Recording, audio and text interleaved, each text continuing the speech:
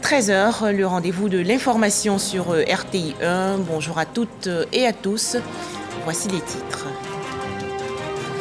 Célébration aujourd'hui de la 30e journée mondiale pour la liberté de la presse. Plusieurs activités de journalistes à travers le monde. En Côte d'Ivoire, l'Union nationale des journalistes a fait le point hier lors d'une conférence publique sur la situation de la liberté d'expression. À noter des avancées dans tout le pays selon l'UNJCI. Comment se porte la filière cajou en Côte d'Ivoire? Le Fonds interprofessionnel pour la recherche et le Conseil agricole s'engage à accompagner et financer la recherche dans le secteur. Annonce faite récemment lors du Salon international 2023 des équipements et technologies de transformation de l'anacarde. Enfin, une dizaine de civils tués dans la région ouest du Bénin. L'armée a été déployée dans la zone. Tout d'abord, cette information, un conseil des ministres s'est tenu aujourd'hui au palais de la présidence dans la commune du Plateau. Plus de détails sur les travaux, échanges et décisions dans nos prochaines éditions. La journée mondiale pour la liberté de la presse célébrée aujourd'hui. Cette 30e édition vise à rappeler aux différents gouvernements la nécessité de promouvoir des médias libres et indépendants. Donc plus jamais de journalistes harcelés, emprisonnés ou tués à travers le monde. En Côte d'Ivoire, la célébration se déroule dans la commune de Cocody autour du thème « Façonner un avenir de droit, la liberté d'expression comme moteur de tous les autres droits de l'homme ». La liberté de la presse est-elle respectée en Côte d'Ivoire? Le pays défend-il la liberté d'expression? L'Union nationale des journalistes de Côte d'Ivoire, l'UNJCI, a fait le point hier lors d'une conférence publique à la Maison de la Presse dans la commune du Plateau. Conférence publique animée par plusieurs acteurs du monde des médias. Pour en parler, Sephora Zegui. La liberté de la presse en Côte d'Ivoire, mythe ou réalité? Alfred Danmoussa, journaliste, 43 ans d'expérience dans le métier, est revenu sur les fondamentaux de cette liberté avant de répondre que la liberté de la presse est bel et bien une réalité en Côte d'Ivoire. La liberté de la presse en Côte d'Ivoire en 2023 est une réalité parce qu'aucun journaliste n'est en prison au moment où toutes les nations célèbrent diversement la journée mondiale de la liberté de la presse. Parce qu'aucun journaliste n'est interdit d'antenne ou de signature au moment où le monde célèbre la journée de la liberté de la presse. Cette tribune est à l'initiative de l'UNJCI, Union nationale des journalistes de Côte d'Ivoire. Dans le monde, 67 journalistes et employés des médias tués dans l'exercice de leurs fonctions en 2022. En Côte d'Ivoire, aucun journaliste emprisonné à ce jour. Nous pensons qu'il faut toujours faire appel à l'éthique et à la déontologie, faire toujours appel à la responsabilité du journaliste et puis tout ira bien. Mais on retient surtout que personne n'est en prison aujourd'hui. Le droit à la liberté d'expression inscrit à l'article 19 de la Déclaration universelle des droits de l'homme est une condition sine qua non et un moteur de la jouissance de tous les autres droits de l'homme. Cette année, la célébration du 30e anniversaire de la Journée mondiale de la liberté de la presse est donc un appel à définir la liberté de la presse comme une condition nécessaire pour jouir de ses droits. La liberté d'expression est un droit fondamental, mais cette liberté-là, pour être bien exercée, elle doit être obligatoirement encadrée. Donc dans tous les pays du monde, cette liberté existe et il y a des lois pour pouvoir l'encadrer. L'UNJCI exprime son satisfecit quant au progrès réalisé en la matière, mais attire l'attention des gouvernants sur le volet économique de la liberté de la presse qui peine à avancer. La liberté d'expression ne peut pas véritablement s'ancrer en Côte d'Ivoire sans l'autonomie financière des journalistes, sans la santé financière des entreprises de presse. Nous connaissons beaucoup de difficultés à ce niveau-là. Si nous voulons véritablement avoir des journalistes responsables, des journalistes professionnels, je pense qu'il faut se pencher nécessairement et véritablement sur la situation sociale. Le 3 mai rappelle donc au gouvernement la nécessité de respecter leurs engagements en faveur de la liberté de la presse. Un tout autre sujet à présent, les routes de l'ouest du pays désormais praticables. De Daloa à Danané en passant par Duékoué et Mans, toutes ces voies routières ont été entièrement réhabilitées. Les travaux initiés par l'État de Côte d'Ivoire en février 2021 sont aujourd'hui très avancés. Fini donc le calvaire des tronçons fortement dégradés. Les voyageurs et automobilistes circulent aisément aujourd'hui. C'est un reportage de Mahama Traoré. Guézon, l'un des villages sur l'axe Daloa-Dieukoui. Nous sommes à l'ouest de la Côte d'Ivoire. Au niveau de cette sous-préfecture, située à 22 km de Dieukoui, le bitume se refait une santé. L'entreprise en charge des travaux s'attelle à poser la dernière couche de bitume pour rendre la voie praticable. Excepté cette portion, le tronçon Daloa-Dieukoui, long de 107 km, s'est complètement métamorphosé suite à des travaux de renforcement.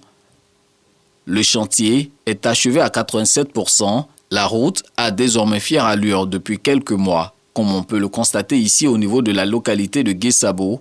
Pour les usagers, il est loin le souvenir d'une voie dégradée et impraticable qu'il était donné de voir ces dernières années. En tout cas, ça va. Sinon, au début, là, ça n'allait pas. Il y avait trop d'accidents, mais maintenant, la route a rangé. Il n'y a plus de problème. Avant, 17h, 18h, on est déjà à Dieukoui. Aujourd'hui, on quitte Abidjan à 6h, 15h, nous sommes à Dieukoui, à Guiglo. Nos parents commerçants, aujourd'hui, ils peuvent quitter Dieukoui à 7h du matin. Ils sont à 13h pratiquement, plus tard à 13h à Abidjan, faire les achats, toutes les activités commerciales et retourner le même jour, au plus tard à 16h sur Dieukoui pour être à Dieukoui à 22h. Quittons Dieukoui pour Mans. Cette fois, 93 km à parcourir. Sur cette distance, le plaisir de conduire sur une chaussée de 2 fois une voie entièrement rénovée est palpable. Taux d'achèvement estimé à ce jour, environ 91%. J'ai fait Mans-Dieukoui, voilà. Bon, le minimum, il fait 3 tours par jour. Tu ne pouvais pas faire les deux mêmes sans avoir un problème. Mais aujourd'hui, avec la route, on dit Dieu merci. Ça va. La route a changé, c'est devenu propre, c'est devenu joli. Avec trop de creux, pour arriver même où tu pars, tu t'en vas même là, c'était un problème. Mais maintenant, là, ça va. Même constat sur la voie reliant Mans au département de Danané. Un trajet de 79 km, renforcé à hauteur de 97%. Danané, Mans, est vraiment très propre. Pour ne pas dire que vraiment ça arrange le déplacement de la population. Nous ne perdons plus de temps en urgence. Avant, on avait du mal à rejoindre Mans. Lorsqu'on va matin pour revenir là, on revient souvent le soir. Maintenant, avec l'état de la route, Dieu fait grâce, tout va bien. On peut aller gérer les courses matin et puis revenir tranquillement. La réhabilitation de ces tronçons routiers entre dans le cadre de la première tranche du projet de renforcement de la route de l'Ouest. Projet entrepris par l'État depuis février 2021 en vue de faciliter la libre circulation des biens et des personnes dans cette zone frontalière au Libéria et à la Guinée. Le confort des voyageurs et l'amélioration des activités de transport ne sont pas les seuls avantages de ces travaux. Il y a également un gain économique en ce qui concerne notamment l'évacuation des produits agricoles. Nous avons actuellement 4 remorques qui font la transaction Mans-San Pedro. Puisque c'est au port de San Pedro que nous faisons notre livraison. Nous faisons beaucoup de réparations lorsque les camions prennent la voie. On peut intervenir peut-être 1 fois, 2 fois sur un camion avant qu'on arrive à Daloa. Mais aujourd'hui, on arrive à Daloa sans faire de panne et puis on gagne en temps aussi. Outre les travaux de réhabilitation, cette première tranche du projet de renforcement de la route de l'Ouest a également engendré la construction d'une route neuve. Il s'agit de l'aménagement et du bitumage de l'axe Danané-Zouaounien. 46 km de route tracée au cœur de la forêt luxuriante de l'Ouest afin de désenclaver cette zone. Avec 82% de taux de réalisation, cette voie est déjà carrossable. Avant, si je m'avais fait 3 heures, 4 heures avant d'arriver avec malade. Vraiment, ça me met mal en l'aise. Dans ces 2 jours même, vraiment, si je m'avais 1 heure même, je ne termine pas de 1 heure. Danané, après la crise, au sortir de la crise, n'avait plus de banque. Mais aujourd'hui, nous avons un très grand établissement bancaire qui est installé à Danané. Nous avons aussi de gros investisseurs qui sont arrivés. Il y a aujourd'hui plein de grandes sociétés de transport qui ravitaillent Abidjan et Danané. En tout, cette première tranche du projet de renforcement de la route de l'Ouest concerne un linéaire de 325 km pour un investissement d'environ 131 milliards de francs CFA. Ce linéaire sera porté à 602 km avec la deuxième phase attendue. Le gain de temps est énorme. Et donc, autant pour l'aspect économique que pour l'aspect social, la réhabilitation de ces tronçons-là et d'autres qui ont été faits par l'État, ça soulage et donc c'est économiquement rentable et socialement rentable. En plus des axes interurbains, ce projet prévoit de doter l'enceinte des principales localités traversées de quelques kilomètres de bitume, 10 km pour la ville de Mans, 5 km pour chacune des villes de Daloa, Diokwe, Danané, Zouaounien et Sipilou, enfin 3 km pour chacune des sous-préfectures traversées. 1000 permis de conduire offerts gratuitement à 1000 jeunes lors d'une cérémonie dans la commune de Cocody.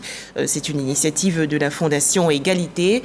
Cette structure veut ainsi accompagner et réaliser la vision du président de la République Alassane Ouattara qui a déclaré 2023 l'année de la jeunesse. Les précisions de Laure Goretti et Jean-Marc Djadji. 2023, année de la jeunesse ivoirienne, déclarée par le président Alassane Ouattara. Depuis, multiples actions et programmes sont menés par les structures gouvernementales pour produire en acte cette vision du chef de l'État. Les organisations privées ne sont pas en reste du processus. La Fondation Égalité, conduite par Andy Kwame, décide d'accompagner le gouvernement en offrant 1000 permis de conduire aux jeunes de Côte d'Ivoire. En prenant acte du discours du président de la République en date du 31 décembre 2022, qui a été décrété année de la jeunesse. Alors nous ne voulons pas rester en marge en tant qu'Ivoiriens, en nous inscrivant aussi dans cette action, 1000 permis pour l'année 2023. Un document qui est source d'espoir pour beaucoup de ces jeunes bénéficiaires. Actuellement, je ne travaille pas, je suis en quête d'emploi. Lorsque nous sommes contactés, à chaque fois nous pose la question, avez-vous déjà un permis, tout cela. Donc le permis d'abord est une grande avancée et puis ça va nous permettre également d'avoir un emploi. Le permis va me permettre d'avoir des ouvertures sur des opportunités parce que c'est très important. Dans ce programme, 500 permis sont attribués aux pensionnaires en fin de peine de la maison d'arrêt et de correction d'Abidjan, Maka. Cette action de la Fondation vise à lutter contre le chômage des jeunes. La Fondation Égalité est une organisation non gouvernementale qui a pour objectif la formation, l'éducation et la promotion de l'employabilité des jeunes. Deuxième titre de ce journal, le Fonds interprofessionnel pour la recherche et le conseil agricole s'engage à accompagner et financer la recherche dans la filière cajou ivoirienne. Annonce faite récemment lors du CIETA 2023, le Salon international des équipements et technologies de transformation de l'anacarde. Les explications détaillées de Lanciné Bakayoko. Deuxième source de revenus agricoles après le cacao, la filière cajou est en pleine progression. En 2023, la production ivoirienne devrait culminer à 1 100 000 tonnes. Malgré ces performances, les modes de production et de récolte restent encore pénibles pour les producteurs et le secteur fait face à une féroce concurrence asiatique. Afin de garantir les revenus des producteurs et accroître la valeur ajoutée de la noix de cajou, le FIRCA a décidé d'intensifier son programme national de recherche sur l'anacarde. Une fois que les acquis de ces programmes de recherche sont acquis, il faut pouvoir les vulgariser sur le terrain. Il y a besoin vraiment d'accompagner les producteurs pour l'adoption de toutes ces nouvelles technologies mises au point par le CNRA. Au niveau de la transformation de la noix de cajou, environ 218 000 tonnes ont été traitées en 2022. Un niveau en hausse d'environ 60% par rapport au stock de l'année 2021, selon Kobena Kwasi Adjumani, ministre de l'Agriculture et du Développement rural. À la 4e édition du Salon international des équipements et technologies de transformation de l'anacarde de CIETA à Abidjan, tous les acteurs ont convenu de la nécessité de booster davantage le niveau de la transformation du produit. Il est important pour tous les producteurs locaux à faire de la noix de cajou de bonne qualité pour bénéficier de la plus-value issue de cette transformation-là. À l'horizon 2030, la Côte d'Ivoire devrait transformer localement et qualitativement au moins 50% de sa production d'anacarde. L'Institut Pasteur de Côte d'Ivoire célèbre ses 50 ans. Les festivités qui ont démarré hier dans la commune de Cocody vont s'achever le 6 mai prochain. Thème retenu, 50 ans au service de la population, défis et innovations. Le point dans ce reportage de Angela Diallo et Didier Nguessan. L'Institut Pasteur de Côte d'Ivoire est un établissement public placé sous tutelle du ministère de l'Enseignement supérieur et de la Recherche scientifique. Créé en 1972, l'Institut a pour mission la recherche, la formation, le diagnostic et la surveillance épidémiologique. Pour célébrer son cinquantenaire, l'Institut Pasteur de Côte d'Ivoire dresse son bilan. On est passé de 10 chercheurs en 2004 à 90. Donc c'est dire l'effort du gouvernement, parce que c'est des fonctionnaires. Presque 300 jeunes chaque année travaillent dans nos laboratoires. Donc c'est aussi des Ivoiriens bien sûr, mais c'est aussi des jeunes de la région ouest africaine et même de l'Afrique. À ce jour, 1 300 000 tests PCR ont été réalisés depuis le premier cas de Covid-19 en Côte d'Ivoire. L'Institut abrite depuis 2018 la biobanque des pays de la CEDEAO et d'ici fin décembre 2023, il sera doté de laboratoires de confinement de niveau P3 et P4. L'Institut Pasteur, pour qui le sait en Côte d'Ivoire, est un outil, j'allais dire, stratégique. Et nous les encourageons, au nom du ministre, à aller toujours de l'avant. Elle a entrepris des grandes réformes qui, si ces réformes aboutissent, eh bien, donneront l'Institut Pasteur toutes ses lettres de noblesse, un rayonnement sous-régional et un rayonnement plus que national.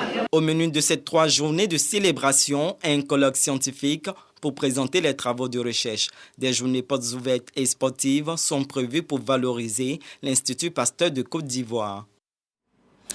Une série de formations à l'endroit des acteurs intervenant dans la gestion des installations à haut risque et le transport des marchandises dangereuses. C'est une initiative de la plateforme nationale de réduction des risques et de gestion des catastrophes. L'étape de Daloa dans la région centre-ouest du pays avec Godefroy Okambawa. Un incendie a ravagé récemment dans la ville de Boaké 10 camions, dont un contenant 38 000 litres de carburant. Ce triste constat vient s'ajouter à la liste d'accidents impliquant des matières dangereuses. La problématique au cœur d'une rencontre d'échange et de formation des acteurs intervenant dans la gestion des risques et transport de marchandises dangereuses dans la ville de Daloa. Pour la plateforme RRC, en charge de la réduction des risques et de gestion des catastrophes, il s'agit de renforcer la capacité de ces acteurs afin de réduire les risques liés aux accidents chimiques et au transport de marchandises dangereuses. Il y a un projet de loi sur le transport de marchandises dangereuses qui est élaboré, donc qui va bientôt entrer dans le circuit avec les décrets subséquents. Donc notamment en ce qui concerne les bonnes pratiques, en ce qui concerne les actions à mener, le dispositif, la sécurité, qu'est-ce qu'il faut faire, qu'est-ce qu'il ne faut pas faire. Voilà, donc il y a également des normes internationales. Il va falloir que nous puissions nous aligner sur ces normes-là, de sorte à prendre en compte donc, tout ce qu'on appelle donc, les risques émergents. La stratégie nationale s'inscrit donc dans une dynamique d'intensification des actions visant à mettre en œuvre des mesures de prévention. Il faut dire que pour nous, c'est un projet novateur dans ce sens que dans le cadre de la prévention des risques naturels et des catastrophes, il ne nous a pas été donné d'envisager, n'est-ce pas, le transport des produits chimiques pouvait constituer un risque majeur et donc il était important de prendre un certain nombre de dispositions à l'effet non seulement de prévenir, mais de pouvoir automatiquement réagir en cas de, n'est-ce pas, d'incident. Après l'étape de Daloa, les acteurs intervenant dans la prévention des villes de Korogo, Boaké et de Yamoussoukro bénéficieront des mêmes modules de formation. La journée mondiale de lutte pour les droits des travailleurs célébrée le 1er mai dernier. Le Fonds de développement de la formation professionnelle, le FDFP, a organisé une rencontre dans ses locaux dans la commune de Trècheville. Les détails, Issa Yeo. À l'instar des nombreux travailleurs du monde entier, le Fonds de développement de la formation professionnelle, FDFP, a sacrifié à la tradition en célébrant le 1er mai, fête du travail dans ses locaux à Trècheville. Occasion pour les travailleurs et le patronat de parler des acquis et des perspectives. Nous devons faire corps, travailler en équipe, mettre en œuvre les valeurs qui nous ont été proposées et qui sont partagées par l'ensemble du personnel pour que nous puissions aller de l'avant. Le plus important à l'occasion des différentes interventions, c'est la nécessité de la remobilisation du personnel.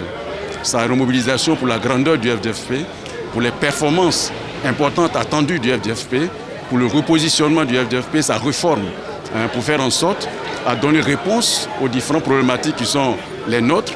Cette célébration est une opportunité pour le président du comité de gestion de saluer l'énorme travail abattu par la structure en termes de formation pour les travailleurs en Côte d'Ivoire. Nous allons regarder d'un œil bienveillant toutes les doléances. Celles qui dépendent de nous auront des solutions très rapidement et celles qui dépendent des ministères techniques, des démarches sont en cours, des échanges sont avec les ministères techniques. Il y a même une réunion qui est prévue incessamment pour trouver des solutions à ces doléances. Et au plus tard, le 31 décembre 2023, la réforme sera effective. Bamba Siama a exhorté l'ensemble du personnel au travail dans la discipline et le respect de la hiérarchie. Des défilés, plaidoyers et autres messages de soutien aux actions du président de la République Alassane Ouattara ont meublé le 1er mai dernier la journée internationale 2023 de lutte pour les droits des travailleurs en Côte d'Ivoire. Commémoration de la fête du travail tenue à la préfecture de Divo. Les couches socio-professionnelles ont tenu à célébrer cette édition à travers l'expression de la reconnaissance des efforts consentis par le gouvernement de Côte d'Ivoire pour le bien-être des travailleurs. Cependant, ils souhaitent davantage pour leur mieux-être. Elle saisit cette occasion pour exprimer toute sa reconnaissance au président de la République, M. Alassane Ouattara, pour l'augmentation du SMIC, de l'allocation familiale et de la prime de transport et l'octroi du 13e salaire aux fonctionnaires. Au niveau de la santé, tous les travailleurs s'accordent à dire qu'il faut un relèvement urgent du plateau technique des structures sanitaires publiques comme privées. Un défilé a marqué la célébration dans le lot d'Ibois. Boulevard de l'Indépendance au Déné, lieu choisi pour le traditionnel défilé du 1er mai. C'est le défilé qui ouvre la cérémonie avec le passage des vaillants travailleurs qui font le bonheur des populations de la région. Des travailleurs du public jusqu'à ceux du privé. Ensuite, les responsables des centrales syndicales, à leur passage, ont mis l'accent sur les difficultés des travailleurs de la région. Entre autres, la cherté de la vie, la mévente de la noix de cajou, l'état des 2 lycées d'Odiéné. Les populations sont sorties massivement pour célébrer et écouter le message du préfet. Famille Kwame René est revenue sur les nombreux projets en cours dans la région avant d'inviter les populations du Kabadougou à s'impliquer davantage afin d'améliorer les conditions de travail de chaque habitant. Travailleurs du privé, fonctionnaires et agents de l'État défilant sous la conduite des délégations régionales des centrales syndicales dans le Bélier. La fête du travail à Toumoudi sur fond d'hommage au chef de l'État et au gouvernement pour les dernières réformes sociales, la prime à dos et les retombées de la trêve sociale pour le public, mais aussi la revalorisation des salaires du privé de 9 à 18% sont salués. Pour autant, les partenaires sociaux évoquent la cherté de la vie, l'insécurité, l'incivisme et souhaitent des efforts continus du gouvernement pour l'épanouissement des travailleurs. À ces requêtes, Charlotte Dago, directrice régionale de l'emploi et de la protection sociale, et Germain Guessan, préfet de la région du Bélier, promettent la réponse du chef de l'État. Mbayakro, chef-lieu de département dans la région du Ifou. 1er mai, fête du travail. De nombreux travailleurs réunis pour marquer ce jour qui leur est dédié. Des interventions des responsables syndicaux pour saluer les efforts consentis en leur faveur. Dans la même veine, des propositions pour poursuivre l'élan d'amélioration des conditions de travail ont été faites et remises aux représentants de l'exécutif, le préfet du département, qui a invité les travailleurs à continuer d'apporter leur pierre au développement de la nation ivoirienne. Le défilé des couches professionnelles a été un temps fort du 1er mai à Mbayakro. Un défilé dans les grandes artères de la ville pour marquer la célébration de la première édition de la fête du travail à Dianra, commune de la région du Béré, une initiative de la Chambre des métiers de la localité. Au-delà de l'aspect historique du 1er mai, les initiateurs ont voulu interpeller les travailleurs de Dianra sur l'importance de cette célébration et également engager les jeunes de la commune à entreprendre. Occasion pour les travailleurs de déplorer des insuffisances en matière d'infrastructures de base, un frein pour mener à bien leurs activités. Le préfet du département de Dianra, président de la cérémonie, a invité les travailleurs de sa circonscription à plus de solidarité. La présence des danses traditionnelles du terroir, Bato et Nigbi, a donné une note festive à la première édition de la fête du travail à Dianra. On faisait le point avec Walter Amadou Ouattara, Kader Sogodogo et Léon Brou.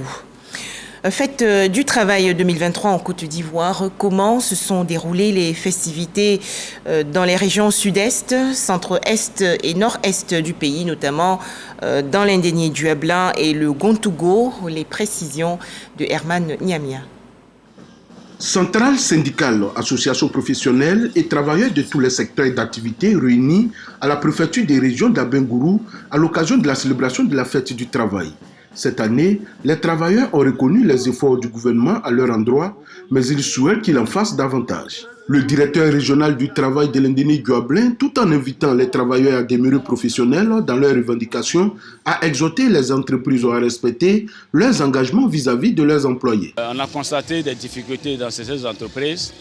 On a constaté aussi des difficultés au niveau des paiements des salaires, des difficultés relationnelles, surtout les contrats qui n'existent pas. Le préfet des régions, Pandro Joseph, a indiqué que le gouvernement est à la tâche pour l'amélioration des conditions de vie des travailleurs. Toujours dans l'Indénié-Guablin, les travailleurs de la sous-préfecture d'Amélikia dans le département d'Abengourou ont également célébré la fête du travail. Réunis à la place publique de la sous-préfecture, ils ont reconnu ici encore les efforts du gouvernement à l'endroit des travailleurs ivoiriens, mais ils souhaitent davantage d'actions pour leur garantir un épanouissement professionnel total. À Bordoukou, les travailleurs ont célébré également la commémoration du 137e anniversaire de la fête du travail. Une occasion pour eux de faire le bilan de la lutte syndicale et poser les préoccupations tant au niveau national qu'en région. Le directeur régional du travail a indiqué que la plupart des entreprises contrôlées dans la région du Gontougo très peu respectent les pratiques réglementaires du travail. Entre autres, le défaut de déclaration des travailleurs à la CNPS, le défaut de contrat de travail, de bulletins et de registres de paye et le non-respect du SMIC. Dila, village situé dans la région centre du pays, bénéficie désormais d'un système d'adduction d'eau potable. Ce village est également connecté au réseau électrique national. À noter aussi la construction d'un établissement scolaire de 6 classes. Les populations ont donc exprimé leur reconnaissance au président de la République, Alassane Ouattara. Les détails, Soro Corona de RTI Bouaké. Dila, village du département de Sakassou, peuplé de plus de 1500 âmes, dispose d'aucune seule pompe pour le ravitaillement des ménages en eau potable. En cas de panne ou de période festive, les eaux de surface sont le recours des femmes. Voici la fête, on a besoin de l'eau. Les gens sont beaucoup, il n'y a pas de l'eau. On se lève à 4 heures, on vient s'asseoir ici jusqu'à 10 heures. Cette triste réalité est désormais un vieux souvenir pour les populations du village. À Dila, l'eau coule dans les robinets maintenant. L'adduction en eau potable n'est pas la seule source d'allégresse des populations. Le village est connecté au réseau électrique national.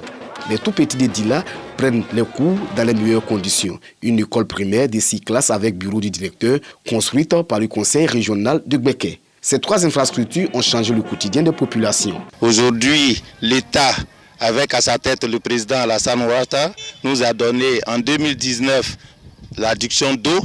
En 2020, nous avons reçu l'électricité. En 2021, nous avons eu notre voie d'accès à Pokro, Dila, Nangré. Nous avons décidé de faire un acte de reconnaissance au président Alassane Ouattara pour lui dire merci. Parrain de cette triple cérémonie, le directeur général du Trésor et de la comptabilité publique. son représentant. Les élus locaux et le préfet de Sakassou appellent les populations de Dila à la paix et à la cohésion. Le développement est arrivé à Dila. Et tout cela est arrivé parce qu'il y a la paix. Donc, chers parents, il n'y a rien de plus précieux que la paix. Cette triple cérémonie est couplée à la pose de la première pierre du foyer du village. Enfin, en image, l'actualité hors de chez nous. Une dizaine de civils tués la nuit dernière à Kérou, dans la région nord-ouest du Bénin. Ces tueries ont été perpétrées par des individus non encore formellement identifiés. L'armée a été aussitôt déployée. Voilà, merci de nous avoir suivis. Très bonne suite de nos programmes sur RTI 1. Moi, je vous retrouve demain avec beaucoup de plaisir.